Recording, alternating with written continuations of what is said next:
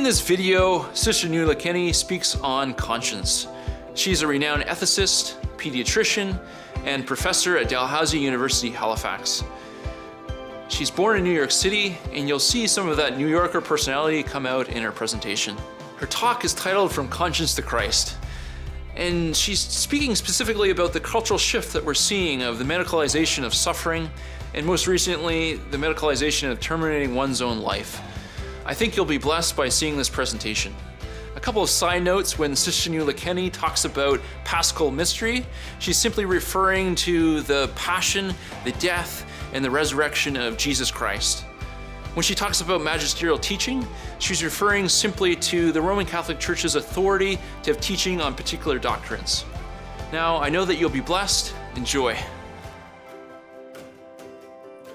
So it's entitled From Conscience to Christ, My Journey of Faith. Please understand, I haven't abandoned conscience, you'll see that. But I want to show you where I've come, where I started on this issue of medical-assisted death and conscience. Because just as Larry and the Christian Medical Dental Society, you folks were big time, I'll show you where I was with the Ethics Network at the Catholic Health Alliance of Canada. And then I want to show you that you can teach an old dog new tricks. And I want to share what I've learned and where I am today, which resulted in this book I've written, and I'm not shilling the book, Most Intense Spiritual Experience of My Life. It's Jesus' experience of suffering and death from Gethsemane to resurrection. And that's where I'm going to leave you, because this is where my journey has brought me. Going back to the biggest of the big pictures. Conscience is important, knowing together. What is it that we're knowing together? What is it that we're witnessing together? And I'm going to make a claim, and it fits perfectly on something Larry just said a few slides ago. I have come to believe that this issue of medical assistance and dying is in fact the biggest evangelical catechetical challenge to the Christian faith in the Western world. There's nothing like it. I mean, I know abortion is a big, serious issue. Please understand, I'm not diminishing that. But this goes, as in my understanding, which I'll share with you, to the heart of the Paschal mystery. It goes to the medicalization of human suffering and death itself. I mean, if we are who we are as Christians, and Larry, are you ever right, kid? We are in a post-Christian and post-Christendom world. None of the policies, none of the practices, not even common belief, support us anymore. So this is a time for discipleship like never before, or as with the early church. So let me say, as we're going forward here, I'm going to share my journey and hope that it is helpful to you. I have no conflict of interest. That's ridiculous. Of course I have a conflict of interest. I want all of you to come to be better disciples. And I'm hoping that my words and actions will help with that. So with the discussion about how big or long my intro would be, it could have been a gazillion pages, right? And by the way, you need to understand, I'm a Roman Catholic sister who is an MD and a fellow with the Royal College of Physicians and Surgeons. And I did my fellowship in bioethics at Georgetown under Dr. Edmund Pellegrino. You heard comments about the great Dr. P. So I come to this faith, conscience, healthcare, from God writes very straight with crooked lines. And that's the journey that I'm also going to share. But I want you to look at this picture.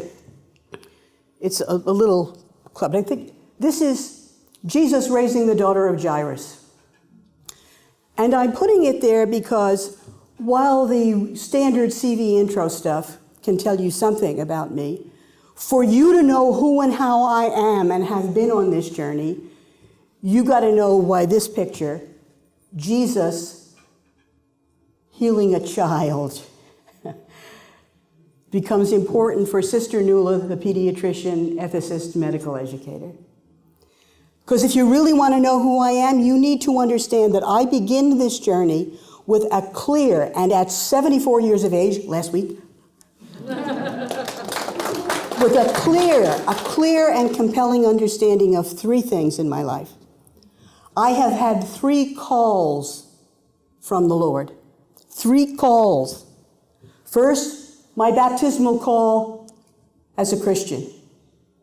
Second, my call to religious life as a religious sister in the Roman Catholic Church. And third, my call to be a physician. Because part of the big picture issues, and you've heard so many examples of the practical challenges, have to do as much with challenges to faith as they do with changes to medicine and its understanding of the fundamental moral core of medicine. So, as I approach this question, it's more important that you know baptized Christian, Roman Catholic sister, who was given the grace to have as her ministry healing children. Thank God I became a pediatrician. I was going to become a psychiatrist. Because you cannot be a baby doctor who deals with pediatric palliative care and pediatric oncology, which I did my whole life, and not be constantly aware of your vulnerability, your limitation, your need for God. God made me a baby doctor so that the natural intellectual orientation would be tempered by the reality of being at the deathbed of more children than any of you in the room combined. Guaranteed. So my objectives, going back to professorial type, it looks like a lot, but we're going to try to go through this as coherently as I can with me telling the story. So this is going to be narrative. And the book is about narrative, and I'll tell you why we're there with narrative. So objectives first. I want us rapidly to just really situate ourselves in the magnitude of the challenges to the long-standing Christian tradition of a good death, presented by the Supreme Court of Canada decision and ultimately Bill C-14. I want to chart my journey and that of my colleagues in the Catholic Health Alliance, exactly parallel with Larry and Christian Medical Dental, my journey with conscience. And, you know, Larry is telling every one of you the importance of standing up, speaking your mind. He doesn't have to tell me that. Been there, done that. I have never worked at a Catholic institution in my life. I am the past president of both the Canadian Pediatric Society and the Canadian Bioethics Society. I am a very public Christian, Roman Catholic, in the secular world of healthcare and medical education in this country. Dr. Kaljan talked about, you know, do you say that you're a Christian? Do you bring that in? Everybody knew sister, as well as doctor. In fact, some people called me through my early career sister doctor. That's how they introduced me. So, not only my journey with conscience, but I want to trace the journey of medicine. Because I need you to understand the magnitude of the moral, spiritual challenge I felt as a result of this Supreme Court decision. And it had to do, my understanding is medicine is a call. I don't care whether you have a religious understanding. For me, I taught that in medical school for all kinds of, that it's not, you're living in care of the sick, suffering, and dying, but it's not a job. It is not a job. So let's see that. Then I want to identify Nuala's dead end. And the particular dead end is with the kind of discourse, with where I was doing, with how I was doing it, and what it meant for me as I then decided, you know the answer to the question when, you know, the boat's going down and the disciples say, Lord, to whom should we go? There is only one place I know to go when I am feeling devastated, crushed, impotent, overwhelmed, disrespected, marginalized. Been there, done that. To whom do we go? We go to the Lord. So let me describe that, and you'll see that the ongoing journey has two components to it. One is the prophetic resistance to the medicalization of suffering, and in that, conscience protection and the evangelization is crucial. And the last is one I'm going to really emphasize. It's prophetic witness to care and protection of the vulnerable. Because one of my worries is if we get so bound up in the deep, challenging problematic of protection of conscience and begin to forget who and what that's for, we also begin to forget the issue of who is now vulnerable to medical aid in dying. And what is the position of a Christian, a follower of Jesus Christ, in terms of protection of the most vulnerable? Where do we have to reclaim that in our own lives and in that of all of our parish communities? So that's the journey. So everybody here knows this, but let's just make sure you do. These are the criteria for the February 6th, 2015 Supreme Court of Canada decision on a charter challenge of rights. Larry's explained that beautifully a number of times. So remember, Canada couldn't get the legalization of euthanasia and assisted suicide by legislation. It's been failing for 30 years, since Montreal, ages ago. They then decided to use the Charter of Rights and Freedoms. And this now becomes really important in our understanding why we're having such difficulty in conveying a different worldview when we speak to the issue of medically assisted death. They decided they would look to a charter challenge based on a rights and freedoms argument, and then they waited till they got a good-looking case and a judge who looked as if she would be, in this case, amenable to the change. You know the expression in scriptures, the children of this world are more canny than the children of light? Larry, that's part of your, ain't that the truth? I now know, direct, upfront, and intimate, that what I saw with the Supreme Court decision in its extraordinary breadth, I was overwhelmed. I had to read it twice. Because this is not, read what it said. This is the decriminalization for competent adults. Competence. When you're sick, suffering, marginalized. Oh, let's talk about that. A grievous medical condition, including an illness, disease, or disability. Illness, disease, disability. Do you see the words dying or terminal? No, because they're not there. That is irremediable, meaning the patient, the means is unacceptable. And that causes, and this is the issue. The Supreme Court rightly claimed what it was all about, which is suffering. This is about the medicalization of suffering. I was blown away by how few people were blown away by this decision. And I'm going to tell you repeatedly before we end, the rapid normalization of this in medicine and in society is frightening. I want you to know that part of the catechetical demand I'm going to put before you is precisely because, first of all, across the major Christian traditions, we don't all have the same position on medically assisted death. This is scandalous from my perspective. But going to my own church, where euthanasia clearly has been taught as a sin, 80% of Roman Catholics polled in this country think medical assistance in dying is okay. As my good Irish Nana would have said, glory be to God, what has happened to us. So I'm saying I think this challenge for catechesis is the background. Otherwise, we've got this small, highly focused group fighting like with all of their might, using their energy and their resources to protect conscience, and the rest of the world is not giving a... Can I swear, Bishop? Okay. He covered his ears, damn.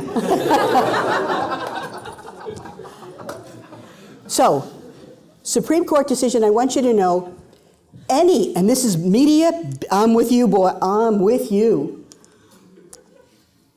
The media valorizes a controlled death by choice. It hardly ever shows a wonderful hospice palliative care death. And the hospice palliative care people are among my most favorite. But the issue is that, in fact, any support that there was for this legalization was for those who were terminally ill and dying in intractable pain. That's what the visual image was. This Supreme Court decision had nothing to do with that at all.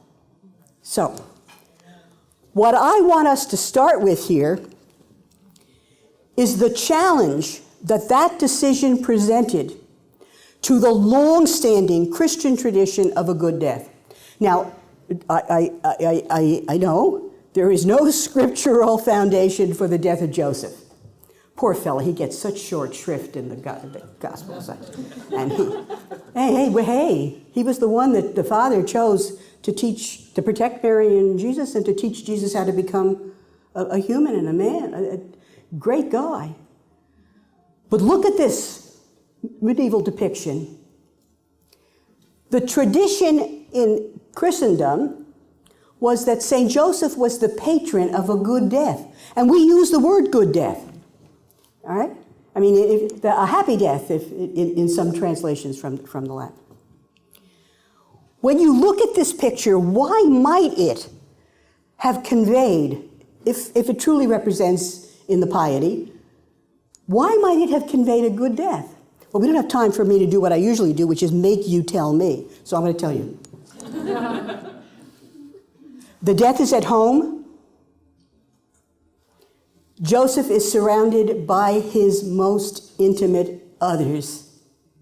His beloved wife on one side, and the beloved son that he has raised for the Father on the other. Joseph is a just man, ready to go to God, not fighting it, not fighting it. He may be in pain, but he's not suffering. He is ready to go to God. And as one young person actually at a recent, well, you could see this slide up close, Joseph is fixed intently on Jesus, and Jesus is touching Joseph. Got it? Hold that these features are the features that even up until all this medical assistance and dying came about, we in surveys said are the features of what we think is a good death. Now in a modern context, but hold that. Even more explicitly, and that's where the title of my book, Rediscovering the Art of Dying, comes. By the time you get to the 1400s, we have explicitly throughout the Christian world, and you'll see even post-Reformation, we've got fabulous Anglican and Lutheran, as well as tons of Roman Catholic writing on the ars moriendi, the art of dying.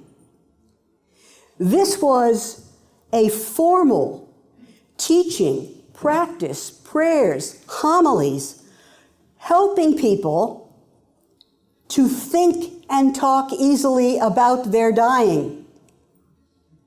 It was actually teaching them the ars vivendi, the art of living so that you were in preparation for dying.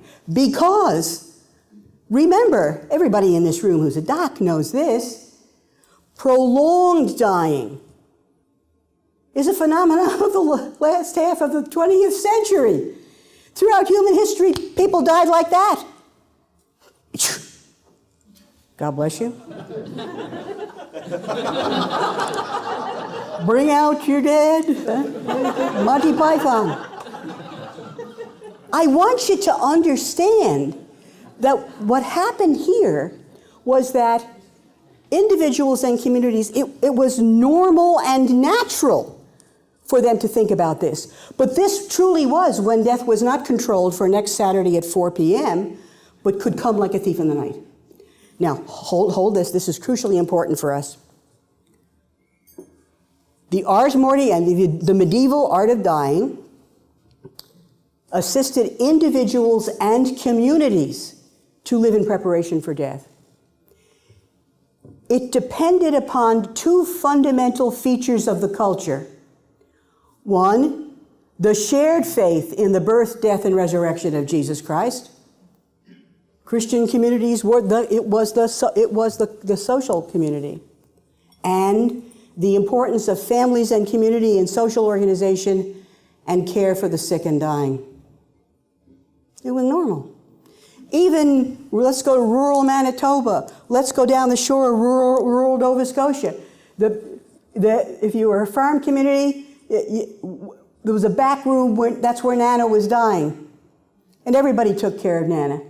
And it was, I'm a Celt. My mother and father are both from Ireland. I mean, we talk about dying as if it's a topic of comedy.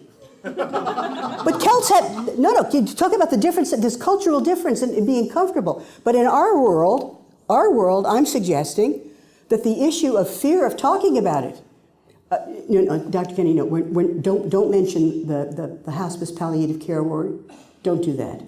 The P word, palliative care folks, they want to change the name now because people think that it's a bad word. We don't want you to, because he'll give up hope. When the person's dying, you only get one chance to die. And if you know that it's going to happen, you have this enormous spiritual opportunity. So,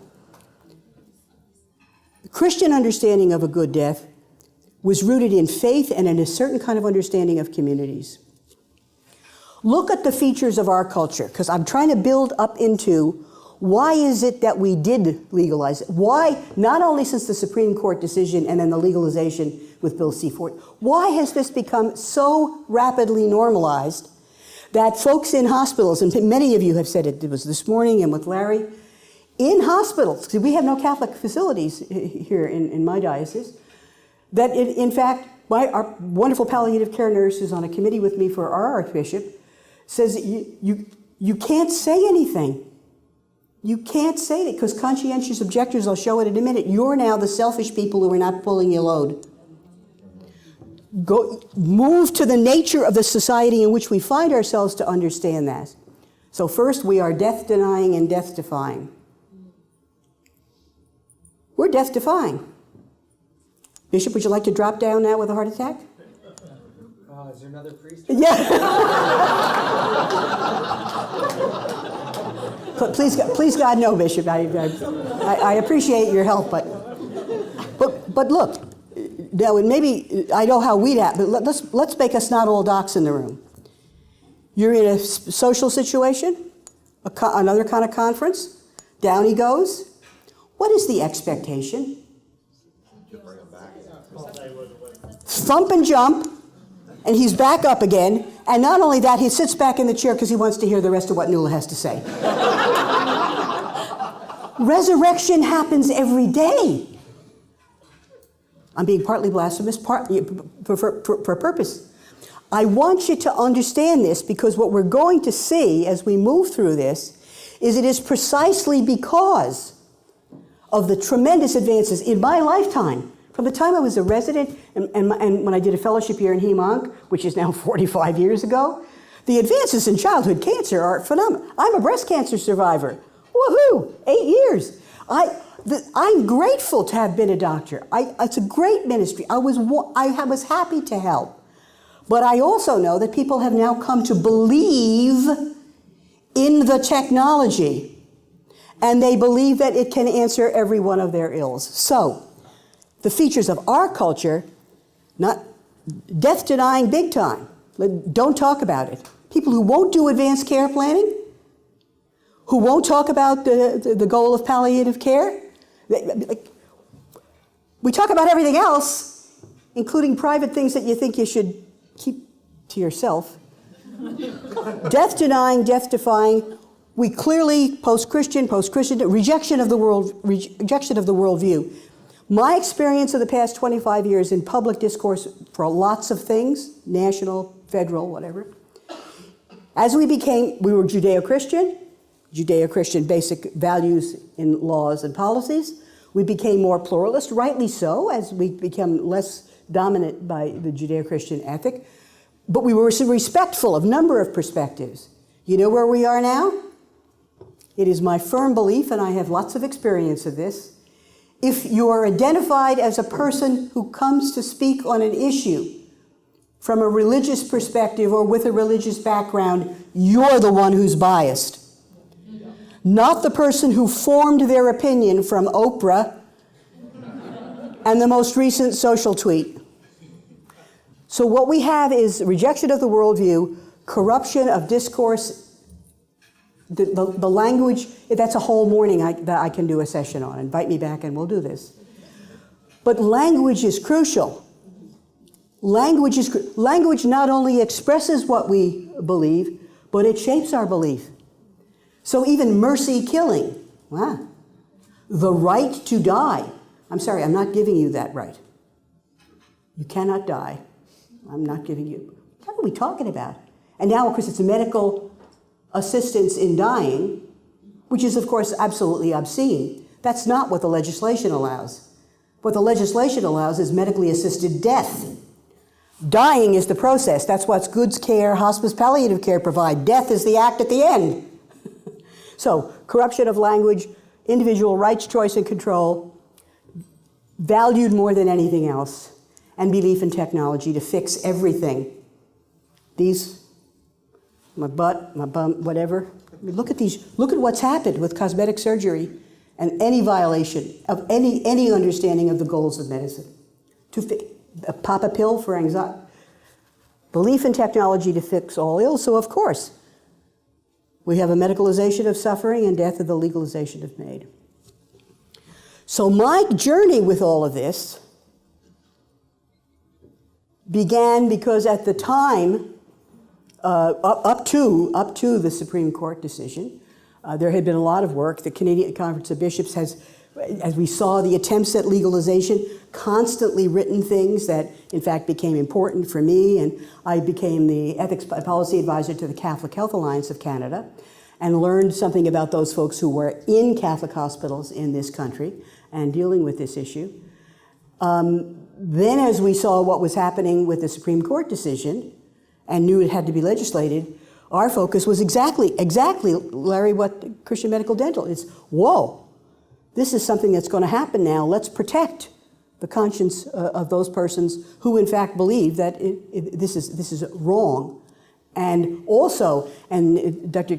Keljan this morning said this beautifully, in a way that understands the complexity of conscience, that it's wrong not just because I do it, but that there are ways in which my participation in facilitating it being done is wrong, because I don't think conscience is an individual matter alone. So, what we did was exactly the same thing. We focused on the assumption, because the Supreme Court decision, and by the way, the preamble to Bill C-14, both say no doctor will have to do this. They both say that. Yeah? We presumed that there would be conscience protections for individuals and for those who work in faith-based facilities for the facilities. Were we ever wrong? We worked on clarifying issues using the moral principle of cooperation, a long-standing Catholic moral principle. And it's the prudent moral reasoning in the long-standing Catholic moral tradition is wonderful. It does mean that issues about referral and transfer of care, how and when are some of those things actually complicit with evil, are complicated issues on which there's some differences. The point is that we knew we had to study them, and we had to study them as moral issues. And we did that. We got one of the best experts in North America to come and assist the ethics network of the Catholic Health Alliance, and the bishop who is our liaison was with us through all of this.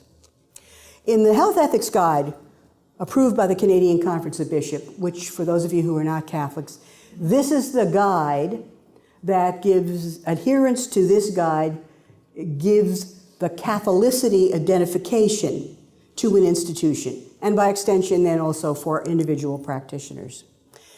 It indicates this becomes important as we go forward. No one may be required to participate in an activity that in conscience the person considers to be immoral. However, the exercise of a conscientious objection must not put the person receiving care at risk of the harm of abandonment. This is important because you need to understand from the get-go that the fundamental, long-standing moral tradition was a balance. It was both and. Actually, very rarely in Catholic moral teaching is there only one thing you should be paying attention to. It's both and. Not abandonment and non-complicity with evil. So just remember that, which reinforced our need to try to pay attention to conscience. Well, what we discovered, and this morning, I mean, I've got some fabulous brand new references from Dr. Calgin that I'm going to have to look up very soon. My summary of his elegant description of all kinds of things about the complexities of conscience and nuances. So this is Nuala's short take on the journey. The Catholic understanding, the Christian understanding, is that conscience is essential to the moral life and is formed in communities. So conscience isn't about faith, except for those whose faith helps form their conscience. Conscience should be the moral core for all persons. All persons. That's what we believe. And moreover, within the Catholic Christian understanding, I don't form my conscience all by my lonesome. It's in communities. That's why the conversation this morning about families and parishes and communities and social activity, conscience is formed. So, that's the understanding of Catholic Christians. But what we discovered out there, we heard earlier today, conscience is a private and religious claim that has no place in the doctor-patient relationship. It is appalling how frequently that is written now in public documents, legally, and by philosophers in this country on the issue. Moreover, and this is set up this way in the Supreme Court decision, okay? Conscience is a conflict between the physician's right to conscience and the patient's right to physician-assisted death. See, the Supreme Court can only talk about rights. It can't situate it anywhere else. And so this claim of a moral core, necessary for human integrity. Necessary for human integrity. We heard that this morning. And as I said, those of you here will have experienced this, as well as lots of folks in hospice palliative care across this country. Refusal based on conscience is seen as a selfish abuse of power. And this is a take, Larry, on the exact same theme. This is Stalin Emanuel's New England Journal article just this past year. Professional societies should declare conscientious objection unethical. Duh. Conscientious, acting on your conscience should be declared unethical.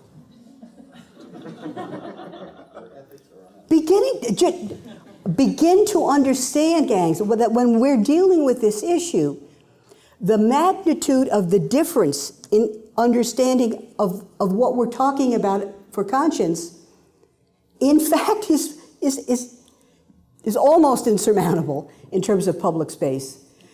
And one of the challenges is clearly that we have to understand what we mean by conscience, and particularly by Christian conscience. So what I learned in this part of the journey was very clear. That this principle of cooperation, there's a moral principle of cooperation that helped Catholics in particular balance non-abandonment with non-complicity with evil. But that, like every principle in Catholic moral reasoning, and we have stronger traditions than, for example, those of you who are evangelical or some of the other traditions, all principles need application. And this is important because some of the differences across interpretation were precisely because the differences, in fact, in application have to do about theology. They have to do with how do you understand the church. If you understand the church as pure and unsullied, ghetto, then you will respond very narrowly with protection of conscience. If you understand the church as being pilgrims on the journey, the church in the modern world, then you will, and of course my new BFF, the Holy Father, I love Pope Francis, he's talking all the time about getting your feet dirty.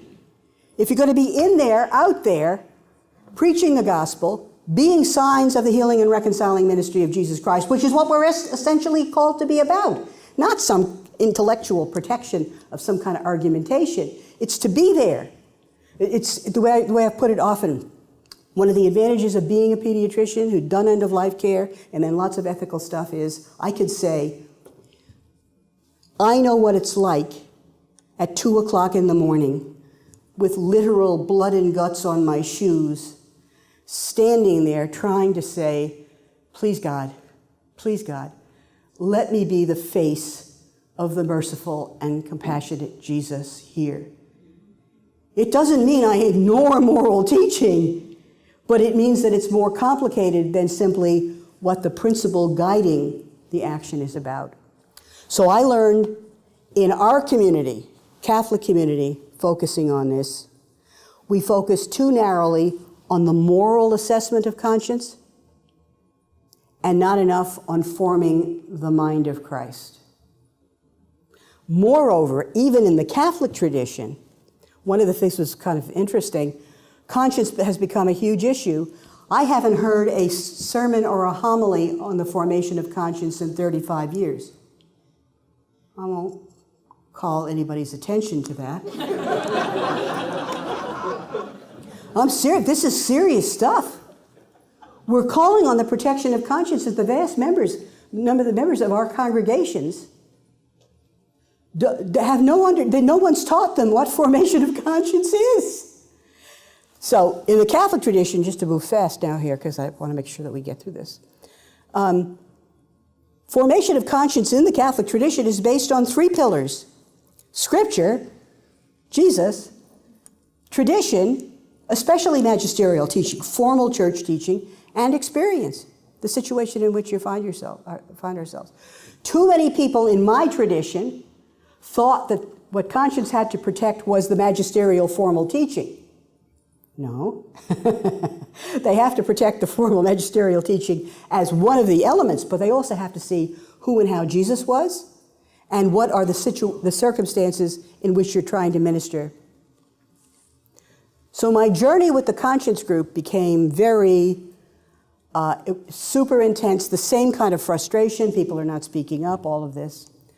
And I've come to the end of that at this stage saying, we have not done enough in forming us to the mind of Christ, not just moral thinking, but we haven't done enough to form people in really the understanding of notion of conscience more richly understood.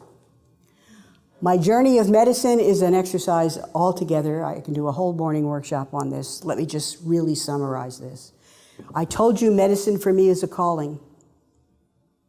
What I can track is the reasons that the medical profession accepted to be agents of death.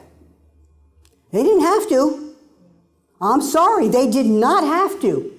If the profession had stood up on its hind legs and boldly said, I'm sorry, Pythagorean epigram, 200 years before the Hippocratic tradition, thou shalt not give a deadly drug even when requested by the patient. Medically assisted death is not like cloning. It's not like a new technology we got to figure out in terms of its moral meaning. Doctors have always been able to give you a pill or more recently, injection. But medicine accepted to be agents of death because of three big realities. The rejection of medical morality and the rise of bioethics principlism. The principle-based approach, basically from Beecham and Childress. Remember I told you I studied at Georgetown, okay? But it's principle-based reasoning, respect for autonomy, non-maleficence, beneficence, justice, in the most truncated, narrow understanding, and assuming that respect for autonomy, and by the way, most people call the principle wrongly a principle of autonomy. It's not. The principle is respect for autonomy, and they think it's morally prioritized. Well, it's only morally prioritized because it was developed in the United States in the 70s and 80s. If you have a market commodified world with individual right, you naturally morally prioritize this. And by the way, the Canadian Medical Association, even in its approach to this, and I'm very involved with this exercise, and the present, we'll see about the code, Larry, but the CMA approach to the Supreme Court decision was to develop a principle-based approach. It never looked at the elements of the code of ethics. So what happened was the rise of the rejection of medical morality, that doctors, professionals, doctors, nurses, that professionals have no particular morality, that this is all mid-level principles, and you just have to do common agreement. There's no ultimate end, or as Dr. Couch did this morning, there are no ultimate goals of medicine. The commercialization and commodification of medicine, rampant, rampant. And belief in technology and a bureaucratic fix for all human issues, including suffering. That's my key. So I discovered myself, having spent, I would say, a year and a half before the Supreme Court decision and up until today, in public fora, medical, Catholic, Christian, hospital associations, publicly standing up. I'm not cowering on this issue. And again feeling like I was a voice in the wilderness. Again and again being, and I'm, as you can tell, I'm not a dummy. And I'm not inarticulate. And yet to be standing there using the kind of rational argument that you used when you were developing a policy for, expensive drugs with the government or whatever, as if, what are you talking about? Because what happened was, the issue is that in Canada, the kind of basic language and approach that we've approached moral issues with in public debate are no longer intelligible. Sanctity of life, dominion of God, you gotta be kidding. Unintelligible. So the Supreme Court and Bill C-14 were devastating for me as an adopted Canadian in experiencing the marginalization of the religious in public discourse, as a physician with belief in medicine, as a deeply spiritual and moral endeavor, and as a Christian recognizing the medicalization of suffering and death and the direct rejection of the Paschal mystery. You know, in Scripture, Matthew 10, you go someplace, you do your preaching, and then Jesus ain't no fool. He said, look, this is not about being persistent. This is not about being brave and standing there. There are times when you say, I preached the message, you're not getting it, shake off the dust, and go to the next household. So for me, what began to happen was that with this enormous concern about the issue and inability to make inroads with this tremendously different understanding of conscience and a rejection of the religious worldview, a total dominance of autonomy, no sense of the common good, no sense of the common good or any notion of communal formation of conscience, and lots of divisions and criticisms across the faith community. So I'll say again, the issue of divisions across the Christian traditions is, I think, scandalous on this one. I think this is one place where divisions, which happen all too frequently between and among us, really now we all need to pull together because there are some fundamentals here that require all disciples of Christ. Now, some of you were angry with me for having participated with the Provincial Territorial Expert Advisory Committee. I won't come see me privately afterwards. I'm good with God on this one. I used, by analogy, Evangelium Vitae 73. And remember, my ecclesiology is not pure and unsullied. My ecclesiology is in the world, trying to be a disciple of Christ in the world. But just for those of you who were angry with me, or are angry with me, when it's not possible to overturn or completely abrogate a pro-abortion law, an elected official whose absolute personal opposition to abortion is well known could licitly support proposals aimed at limiting the harm done. I won't go through the rest of it. For me, I was in a position to attempt to do two things with that committee: protect conscience and protect the vulnerable. I did a little bit of the first one and it was overthrown. I got nowhere on protection of the vulnerable. Big failure. But I tried. So where am I today? Where's my journey? Well, I'll tell you that I decided in the midst of all of this that I was feeling so devastated. I mean, I'm talking, you know, in scripture and spiritual writing, everybody here knows the dark night of the soul, the writings about how even a person of faith, and generally I am deeply aware of God's power and support of me. But this became overwhelming. And what I decided to do was to try to take Jesus' story from Gethsemane to resurrection, based on the understanding from Hebrews. For we do not have a high priest who does not know our weakness, but one like us in everything save sin.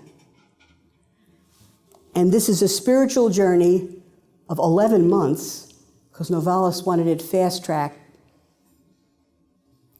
The last 4 months included Christmas Day, which was the only day in that 4 months,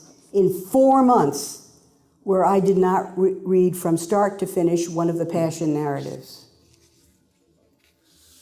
From Gethsemane to resurrection. Where I decided to go, I mean, this is Jesus. These two folks, the disciples, walking along to Emmaus, saying, what the heck just happened there? Down, I mean, everything, we had hoped. No, what's happening here? Everything is overturned.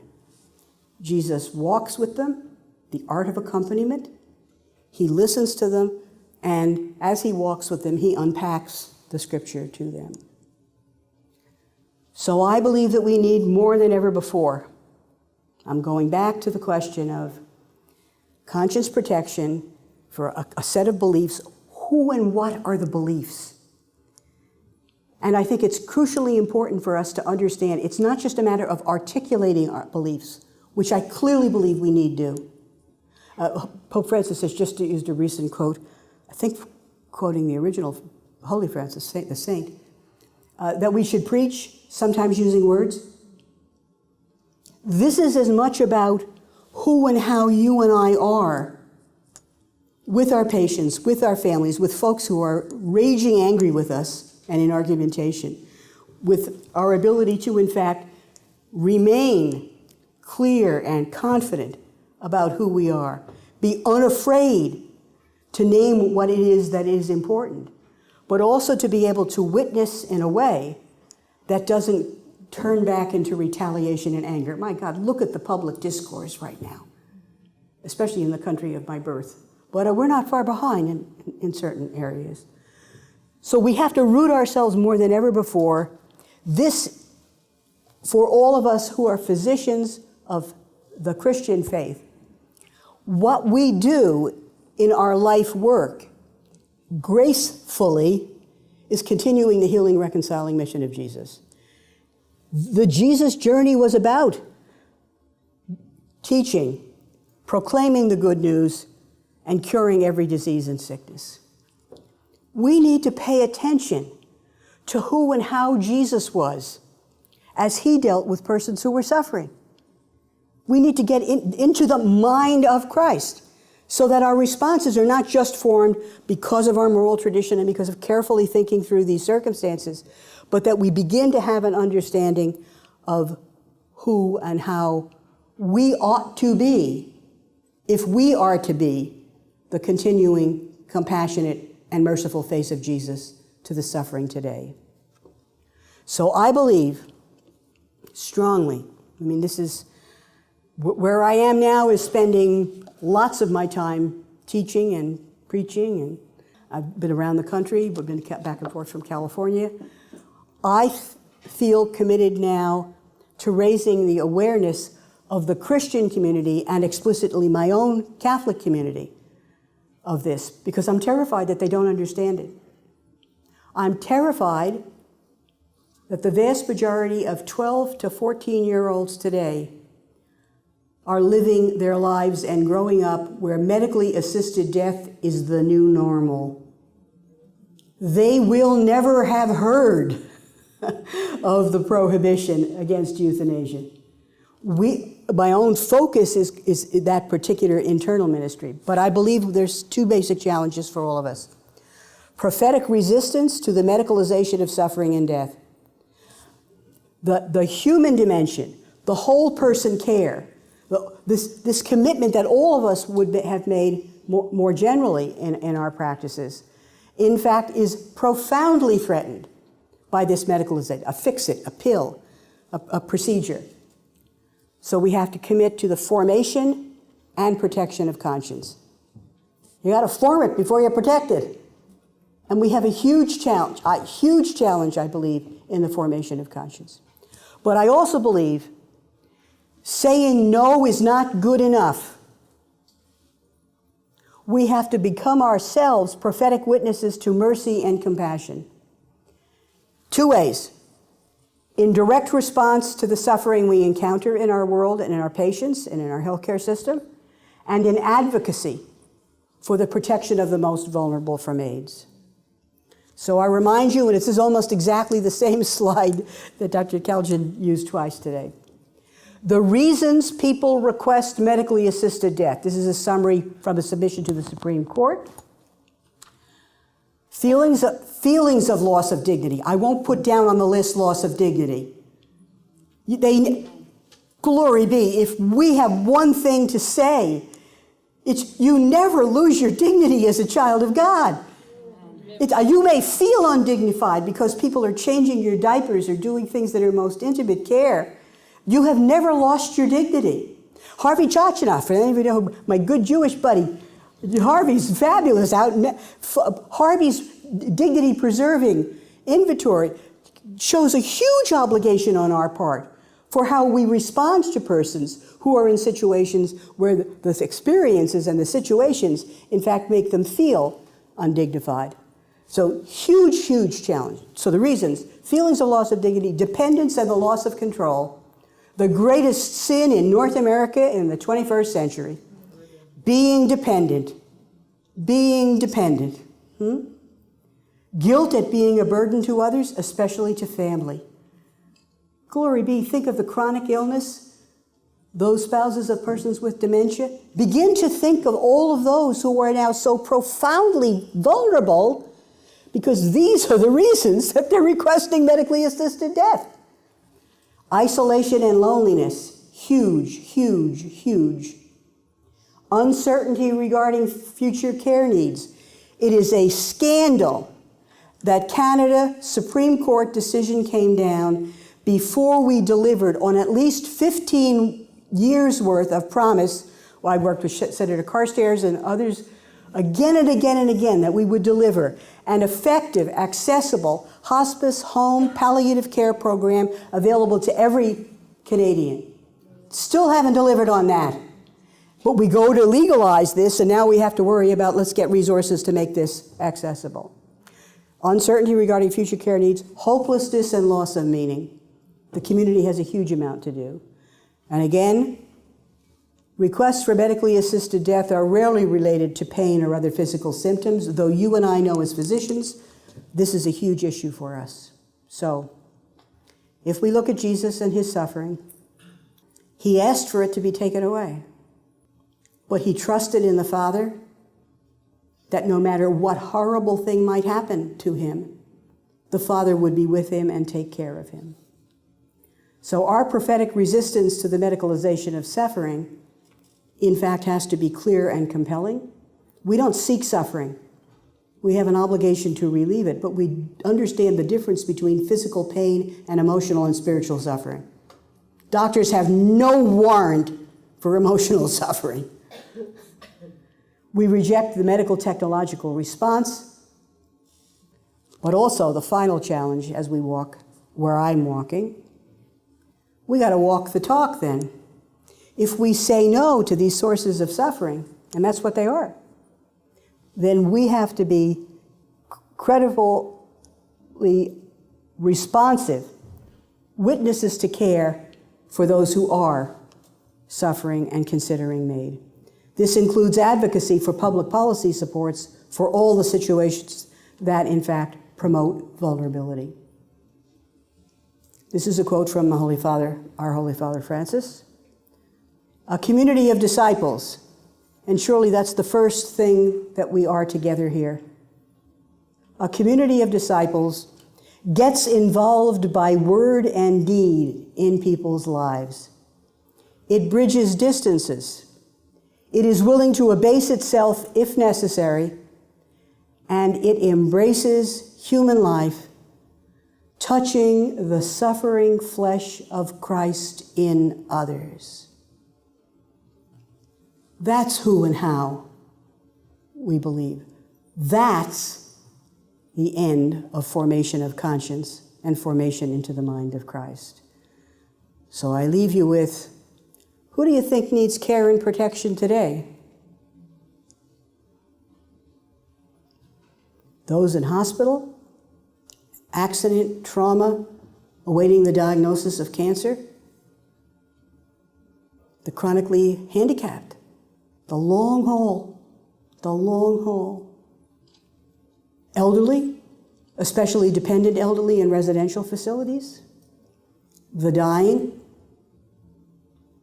But I'll also claim that sometimes in our focus on medical intervention and medical issues in health care, we forget that some of the most vulnerable are suffering from socioeconomic determinants of health.